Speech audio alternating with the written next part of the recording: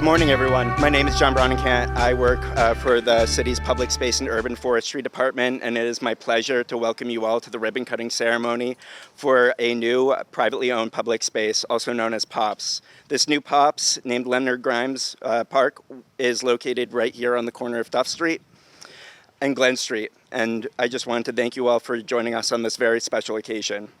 So, a city's park. Thank you.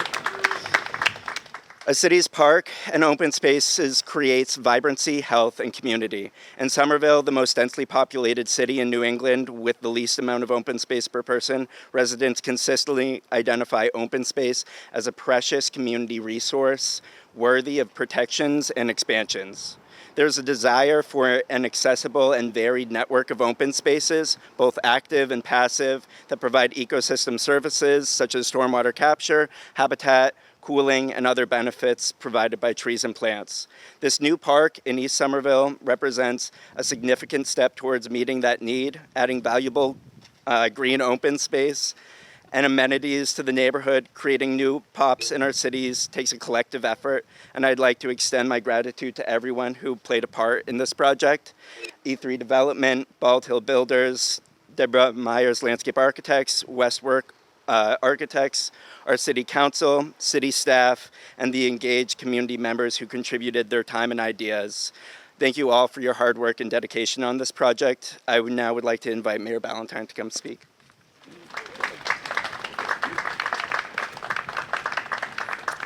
Awesome. Good morning. You guys are true stalwarts to be here in the rain. Thank you. So it's such a pleasure to join you all today for the ribbon cutting of Leonard Grimes Park and Somerville's newest housing development at 31 Tufts Street.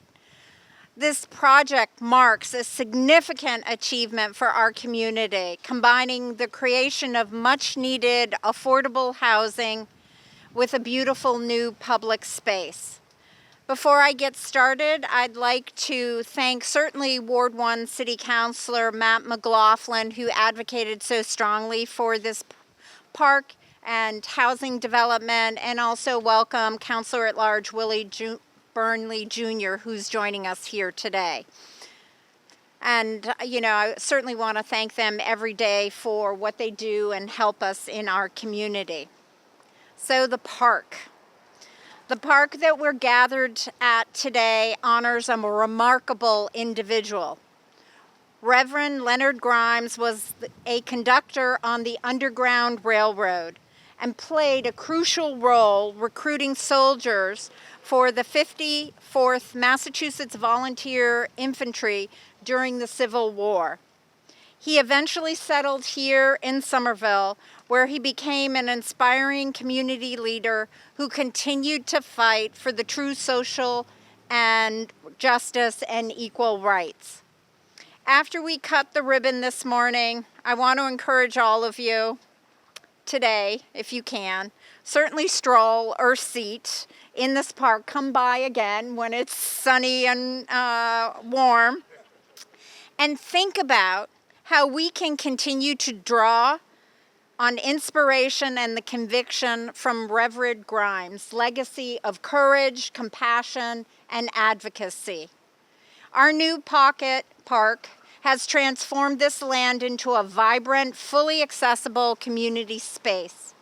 To help us continue to work towards our ambitious sustainability goals, the Leonard Grimes Park features a robust planting of canopy and understory trees, perennial plantings, and ground cover, along with permeable pavers to manage stormwater and help prevent neighborhood flooding. We also installed multiple seating areas to create a park that acts as a space both for community building and a respite from the bustle of the city. On the housing front, the development at 31 Tufts Street provides 16 new apartments, offering long-term affordability to households with a range of incomes. At a time when rents are escalating in Somerville and across the region, this project is a crucial step in helping our community remain inclusive and diverse. Not only is this development helping us create more affordable housing, it is also a model of sustainability and energy efficiency. I'm proud to share that 31 Tufts Street, that's Howie, our neighborhood dog. I'm also proud to share that 31 Tufts Street achieved Passive House certification, one of the highest sustainability standards, and an all-electric building. Yes, with rooftop solar installation. Thank you. It should go on and on and on. I agree. This project would not have been possible without the collaboration and dedication of many individuals and organizations. I would like to extend my sincere thanks to E3 Development for bringing this project to Somerville. Your vision and commitment to creating affordable housing and public spaces are commendable. I also want to thank Bald Hill Builders for their exceptional work, and Deborah Myers, the landscape architect, along with the team from Westwork to design the building. My heartfelt gratitude goes to the neighborhood residents who provided valuable input, ensuring the park and housing meets the community needs.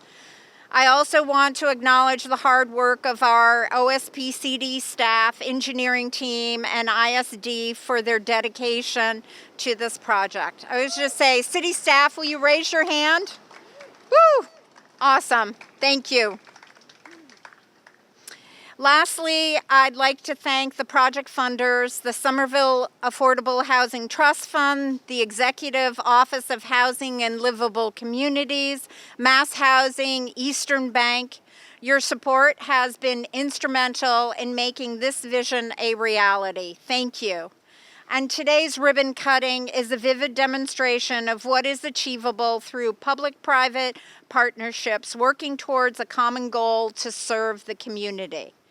Today's ribbon cutting is also a vivid demonstration of our community, our neighborhood, our residents, also continually advocating for what they understand the needs of our community to be, which is affordability and affordable housing.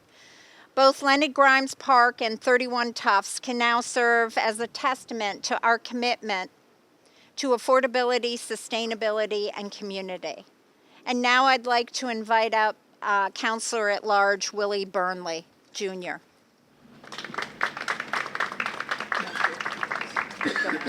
Move to your right. Oh, yeah. Oh, thank you. Good morning, everybody. I want to start by thanking the city staff who helped make this momentous occasion possible. OSCPD, I usually mess that up, didn't this time. Especially for their so much hard work that went into this and for accepting so many emails from me about this park for the last 2 years of construction. I also want to thank everyone who came out despite the drizzle to celebrate what we're doing here today. As was mentioned, my name is Willie Burnley Jr. I am one of Somerville's at-large city councilors, and I'm also just really grateful to be here right now. When I joined the city council, When I joined the city council, I committed to use this office to uplift underrepresented stories, communities, and people who have helped shape Somerville to what it is today. As a result, I was able to join the city's memorialization committee, which names new parcels just like this across the city after past Somerville residents who have contributed to make our city more historic every single day. Before our first meeting in 2022, I submitted Leonard Grimes' name to be considered for a parcel in Somerville. Because of the legacy of Black abolition, resilience, and leadership that he represents. Grimes was born a free Black man in Virginia, half a century before the abolition of mass enslavement in the United States. I shudder to think what he saw and experienced in those days and how he felt. Being born into a position of relative privilege while watching so many people who looked like him, who shared his ancestry, have atrocities visited on them every single day. Many people in those types of positions find it is safer to not say anything in those moments, to not do anything in those moments, and to take care of themselves rather than stir the pot. Not Leonard Grimes.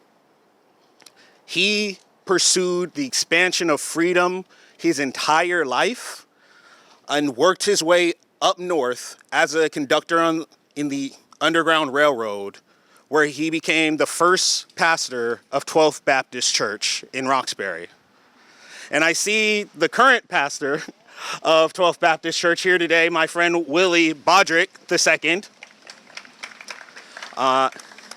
And Willie knows, like I know, that his church during those days became known as the Fugitive Slave Church, because Leonard Grimes would hide runaways in the church on their journey to freedom up north. In 1854, when one such person, Anthony Burns, was caught in Grimes's church, there began a historic lawsuit about this man's freedom, because the person who was enslaving him in Virginia, Charles Sutter, sued for him to be brought back under the Fugitive Slave Act. Grimes was a part of that court case, and he advocated on behalf of Burns. They lost the court case, but Grimes raised enough money to buy Anthony Burns' freedom, and that became the last time the Fugitive Slave Act was ever used in Massachusetts. Grimes was a hero for his actions, of course, and he did much of those actions in Boston, but he chose Somerville to be the place where he would spend his last few years, on Everett Ave, which is only a 10-minute walk away from this park, and which you can find more about in the 1870 census of Somerville, which is online somewhere.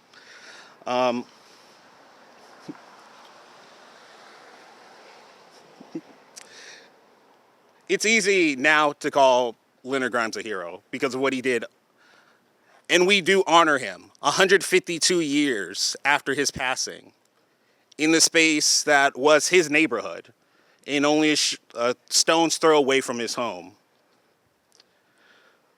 But I think it's really important that as we celebrate his legacy today, tomorrow, and in the years to come, that we let this park stand as a testament to the fact that the tapestry of history was and is woven every day by ordinary people who, in the face of extraordinary circumstances, demonstrate extraordinary bravery, kindness, and resilience. In that tapestry that is being woven as we speak today has been contributed to by Somerville residents of every race, color, and creed throughout history. And so for the folks who take advantage of this wonderful park in the weeks and months and years to come, I hope it becomes a place where we can strategize, where we can meet our neighbors, where we can build community and fight for the values of Somerville, just like Leonard Grimes did so long ago. Thank you. Thank you very much. Now I'd like to invite Eliza Datta from E3 Development. Two more. Sorry, Mayor Ballantyne. Oh, wonderful. John's not you. Okay, thank you. Good morning and welcome, everyone. Thank you, Mayor Ballantyne, Councilor McLaughlin, and Councilor Burnley for your vision, for your support, and for your leadership on this project. For those who don't know me, my name is Eliza Datta. My company, E3 Development, is the developer of the 31 Tufts St affordable housing project and the new Leonard Grimes Park. And it's such a pleasure to be here celebrating the opening of this beautiful space with all of you. I remember that creating new open space on this site was a key priority for the community and the city when I approached this project, and I am so glad that we were able to deliver on this part of the vision for the neighborhood. And I want to thank the many residents who participated in the design and planning process. I know some of you are here today. You can finally see the results of that work, and I'm so excited for you to use this space. I hope that this park becomes a well-used and well-loved gathering place for neighbors old and new. Today, I'm also very pleased to be welcoming the new residents of the 16 new apartments at 31 Tufts Street. As Mayor Ballantyne mentioned, this project is delivering long-term affordability for residents at a wide range of incomes at a time when we need affordable housing more than ever, not just here in Somerville, but throughout the state.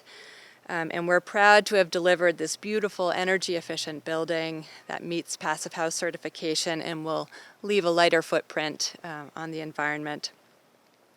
Of course, none of this would have been possible without generous funding support from the city through the Affordable Housing Trust. So thank you for that. But also our partners at the state, the Executive Office of Housing and Livable Communities, as well as MassHousing and Eastern Bank, and a couple of those partners are here today. So first I would like to welcome Kathleen Evans, who is Senior Director of Capital Deployment at MassHousing, which provided key financing for the project through the Community Scale Housing Initiative and the Workforce Housing Program. So Kathleen.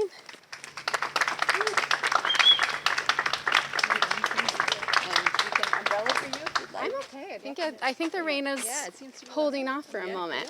So thank you. Thank you, Eliza. Thank you, Mayor Ballantyne and the Somerville team for inviting me and my MassHousing colleagues, many of whom are here today, to join in this celebration of the Leonard Grimes Park and 31 Tufts Street. As a Somerville resident, I couldn't be more proud and grateful to see this park and housing, a vision of the city staff, leaders, and partners become a reality. And with my professional hat on, I must say that we at MassHousing are equally thrilled to be able to collaborate with our partners at EOHLC to offer permanent and subsidy sources of financing to support that vision. As we face an acute housing shortage and people are priced out of high opportunity communities like Somerville, this small but mighty development does so much. It activates underutilized land in an established neighborhood like East Somerville. It creates new, energy efficient and beautiful housing for households at a range of incomes and sizes that's close to transit and schools. It incorporates new spaces like this park that allow communities to gather. I'm delighted to be here in both capacities and to offer a heartfelt congratulations to Eliza, along with Westford, DMLA, Bald Hill Builders, Eastern Bank, the state and local affordable housing trust funds, and Wingate Property Management. But most of all, to the East Somerville neighborhood and the residents of this beautiful building. So in closing, I know that rain on your wedding day is a very lucky thing, and I hope that that holds true for all of the residents of 31 Tufts. Thank you. Thank you, Kathleen. And now I'd like to welcome Johanna Stone, Vice President of Community Development Lending with Eastern Bank, which provided the construction loan for all of this. Eastern has shown a long-standing commitment to affordable housing and community-focused projects like this one, and also to women-owned businesses like E3. So welcome, Johanna. Oops. I only have to adjust this, but hopefully everybody can hear me, but thank you and good morning.